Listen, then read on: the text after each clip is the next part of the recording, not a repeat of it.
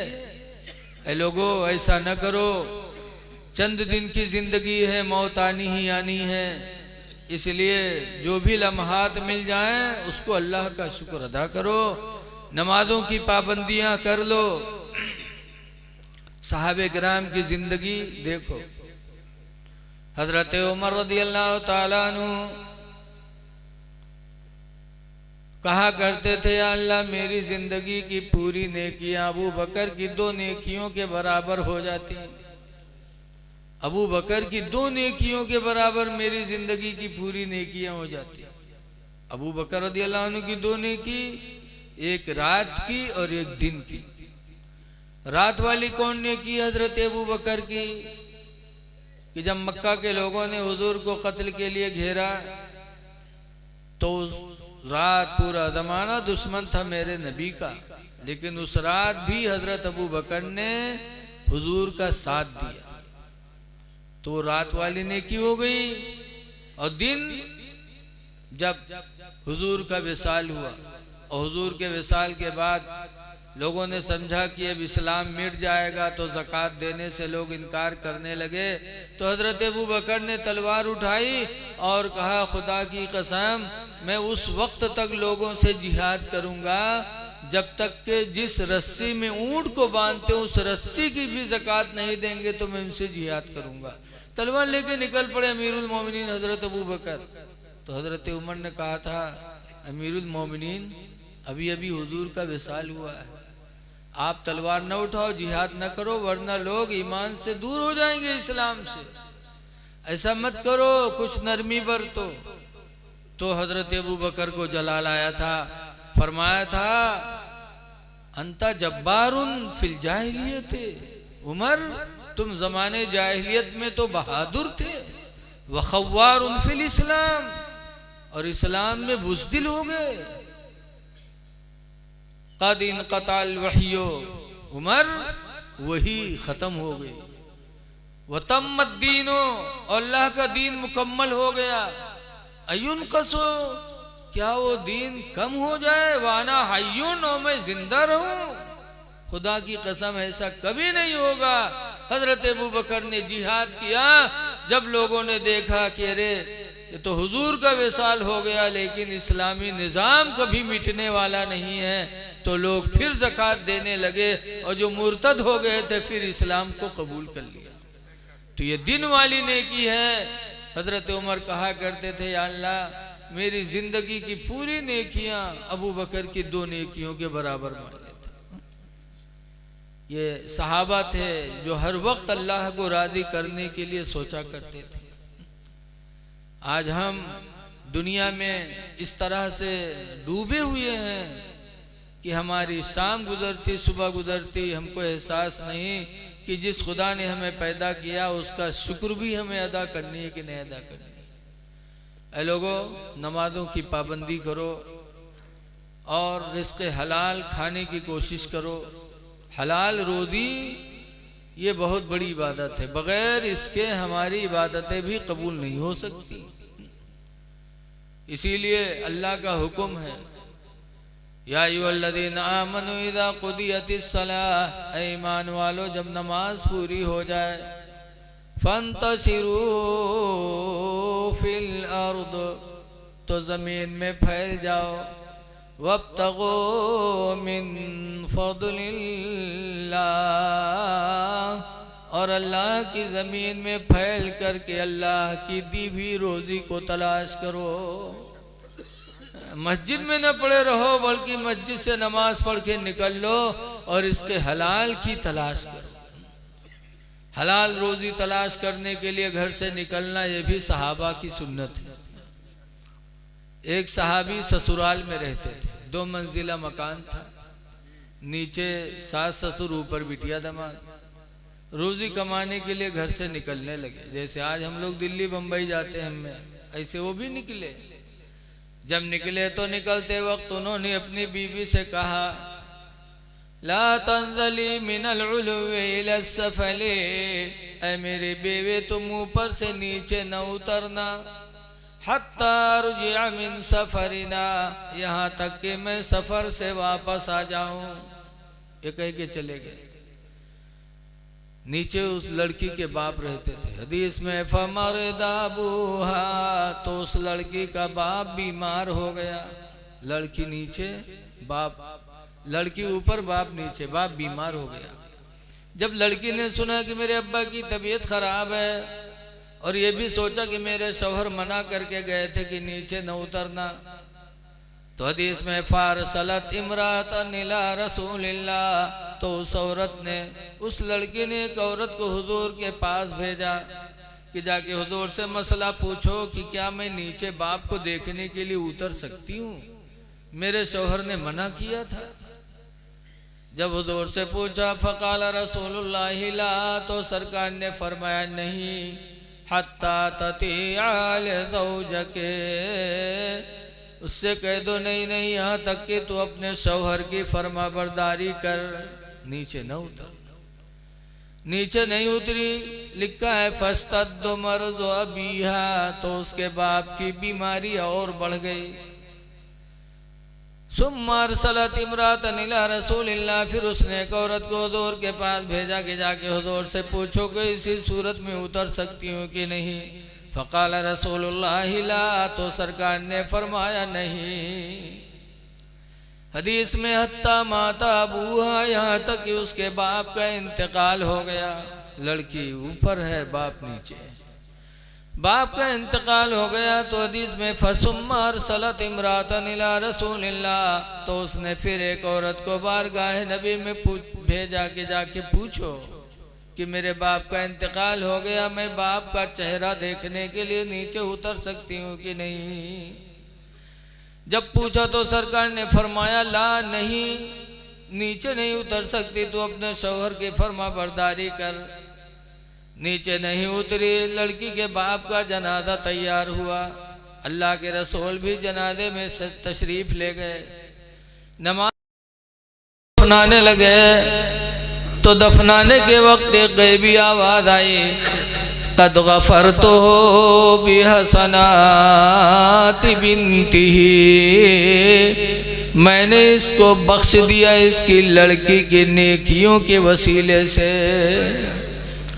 जब ये गैबी आवाज़ आए तो सरकार मुस्कुरा के फरमाते हैं, लोगों देखो ये वो खुश नसीब इंसान है कि आज बख्शा जा रहा है तो अपनी लड़की की नेकी के वसीले से बख्शा जा रहा है। इससे पता चला कि औलाद की नेकी माँ बाप के काम आ सकती है। औलाद नेकियां करेंगी तो माँ बाप भी उसके वसीले से अल्लाह की रहमत के मुस्तहिक हो जाएंगे। और दूसरी बात ये भी मालूम हुई कि शौहर की इताअत कितनी ज़रूरी है, अल्लाह के नबी ने फरमा दिया। हमारी माँ बहनों को भी चाहिए कि शौहरों को राज़ी करें, उसी में खुदा की भी रज़ा है, और हम और आप उनके साथ अच्छा सलूक करें। इसीलिए हदीस पाक में नबी हुरैरा काला काला रसूलुल्लाह, हज़रत अबू हुरैरा फरमाते अल्लाह के रसूल ने इरशाद फरमाया, अस्तौसू बिन्निसाई खैरा, ऐ लोगों मैं तुम लोगों को वसीयत करता हूँ कि औरतों के साथ भलाई किया करो। क्यों? फ़इन्नहुन्ना खुलिक़ना मिन दिल्इन, इसलिए कि औरतें टेढ़ी पसली हड्डी से बनाई गई हैं। टेढ़ी हड्डी से इनकी पैदाइश हुई है। टेढ़ी हड्डी सीधी करोगे तो टूट तो जाएगी, लेकिन वो हड्डी सीधी नहीं होगी। ऐसी औरतें इनका ज़्यादा सोझई हो तो तिलाक तो ले लें, लेकिन सोझई है ना। तो अल्लाह के नबी फरमाते इनके साथ भलाई किया करो। दोनों में एक दूसरे के साथ अच्छा सलूक करने का हुक्म मेरे नबी ने दिया। नेकियां कर लो। हदीस पाक में है, अल जन्नतो तस्ताक़ु अर्बाता नफ़रिन यौमल क़ियामा, कि क़यामत के दिन जन्नत 4 लोगों को पुकारेगी। नंबर 1 पर फरमाया तालील कुरान, कुरान पढ़ने वाले को जन्नत पुकारेगी। कुरान पढ़ो। हजरत अली शेर खुदा रदी अल्लाह ताला अन्हु कुरान से कितना लगाव रखे थे। इमाम आदम जब जेल गए तो जेल में जितने दिन रहे उतने दिनों में इमाम आदम ने 7000 मरतबा कुरान करीम को ख़त्म किया था। एक बुजुर्ग थे हजरत अबू बकर बिन अय्याश, उनका इंतकाल होने लगा तो उनकी लड़की रोने लगी। तो अबू बकर बिन अय्याश कहते, बेटी मेरी जागने का वक्त है, तुम रो रही हो? कहा अब्बा इसलिए रो रही हूँ कि आपका ठिकाना खुदा जाने जन्नत है कि जहन्नम है, इसलिए मैं रो रही हूँ। कि अल्लाह आपको जन्नत दे कि जहन्नम दे, इसलिए मैं रो रही हूँ, आपका ठिकाना मुझे पता नहीं। तो अबू बकर बिन अय्याश कहते, बेटे जिस कमरे में मेरी जागने का वक्त है, इस कमरे के अंदर अल्हम्दुलिल्लाह 24,000 मरतबा मैंने कुरान करीम ख़त्म किया है। अल्लाह की रहमत से उम्मीद है कि अल्लाह मेरा ठिकाना जन्नत बनाएगा। तो हमारे बुजुर्गों ने कुरान से इतना लगाव किया, एक एक कमरे में 24,000 मरतबा कुरान पढ़ा। और आज हम मुसलमान हो गए कि साल गुजर जाता हम कुरान नहीं ख़त्म कर पाते। कुरान की तिलावत करो, तिलावत कुरान से घरों में बरकत होती है। दूसरे नंबर पर फरमाया वहाफिज़िल लिसान, ज़बान की हिफाजत करने वाले को क़यामत के दिन जन्नत पुकारेगी। इसलिए अपनी ज़बान बचाओ, किसी की गीबत न करो, किसी की चुगली न खाओ। कुरान में ला यग़्तब बअदुकुम बअदा, तुम में का कोई किसी की गीबत न करे। अयवद्दु अहदुकुम अन याकुला लहमा अखीहि मैता, क्या तुम में का कोई चाहता है कि अपने मुर्दार भाई का गोश्त खाए? इसलिए ज़बान को बचाने की कोशिश करो, झूठ से बचाओ। लिखा है कि 2 चीज़ें ऐसी हैं जो इंसान की रोज़ी को खा जाती हैं, इंसान मुहताज हो जाता है। वो 2 चीज़ें कौन है? एक तो झूठ और दूसरा ज़िना। झूठ और ज़िना ये दोनों चीज़ें इंसान की रोज़ी को खा जाती हैं, इसलिए ज़बान बचाने की कोशिश करो। तीसरे नंबर पर फरमाया व मुतइमिल जियान, भूखों को खाना खिलाने वाला। कोई भी भूखा हो, चाहे हिंदू हो चाहे मुसलमान हो, अल्लाह का बंदा वो भी है, अगर भूखा मिल जाए तुम्हारे पास हो तो उसको खिलाओ, ज़रूर खिलाओ। खाना खिलाना बहुत बड़ा सवाब का काम है। रहम करो तुम, अल्लाह आप पर रहम फरमाएगा। चाहे हिंदू हो चाहे मुस्लिम हो, एक दूसरे के साथ अच्छा बर्तावा करो। खाना खिलाने वाले को क़यामत के दिन जन्नत पुकारेगी। चौथे नंबर पर सरकार ने फरमाया वसाइमी फी शहरी रमज़ान, रमज़ान के महीने में रोज़ा रखने वाला। अल्लाह रमज़ान का महीना ला रहा है, रजब शरीफ का चांद नज़र आ गया। पहली तारीख रजब की चालू हो गई, 2 महीने के बाद अल्हम्दुलिल्लाह रमज़ान का चांद निकलने वाला। तो है लोगों, जब वो मुक़द्दस महीना मिले तो रोज़े की कद्र करो, नेकियां कर लो, अपने ज़िंदगी के हर वक्त को गनीमत समझो। सहाबे किराम की ज़िंदगी को नज़रों के सामने रखो कि उन्होंने किस तरह अल्लाह और अल्लाह के रसूल को राज़ी करने की कोशिश की। उसी तरीके से हम और आप भी सोचें, अल्लाह की रज़ा के लिए काम करें। कुरान हकीम 21वें पारे के शुरू में है रिज़वानुम मिनल्लाहि अकबर, अल्लाह को राज़ी कर लेना ही सबसे बड़ा अमल।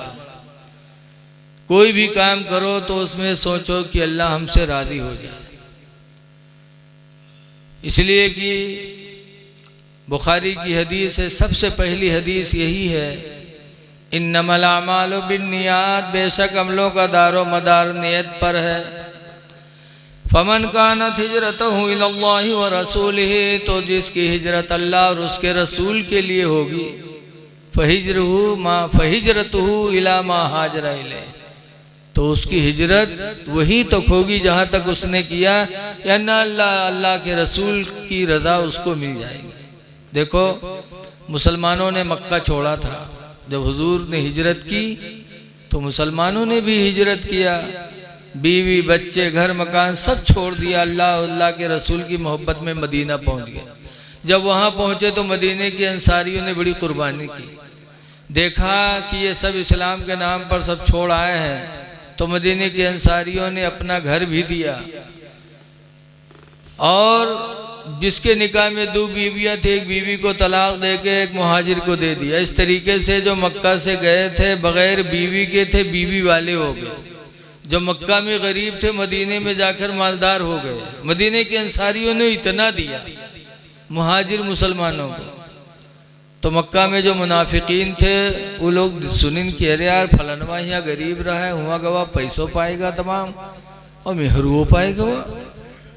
वह जो मुनाफिक थे वो मक्का से चल पड़े, किस लिए कि मदीना जाएंगे तो हमें औरतें भी मिल जाएंगी, दौलत भी मिलेगी। तो औरत और दौलत की चक्कर में वो मक्का छोड़कर मदीना पहुंच गया।